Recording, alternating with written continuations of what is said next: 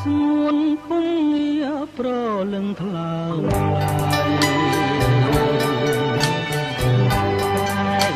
ចរមាយអវៃលែ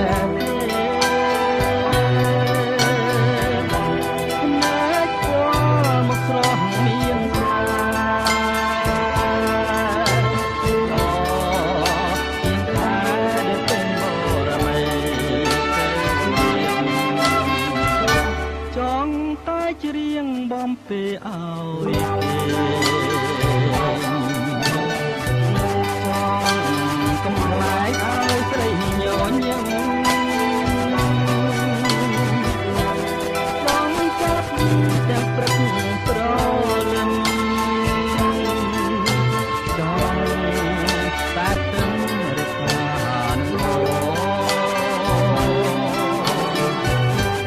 បងសូមថាពីចំងាយ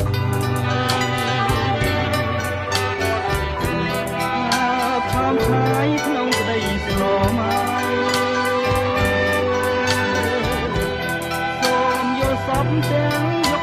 ទាំងថ្ងៃ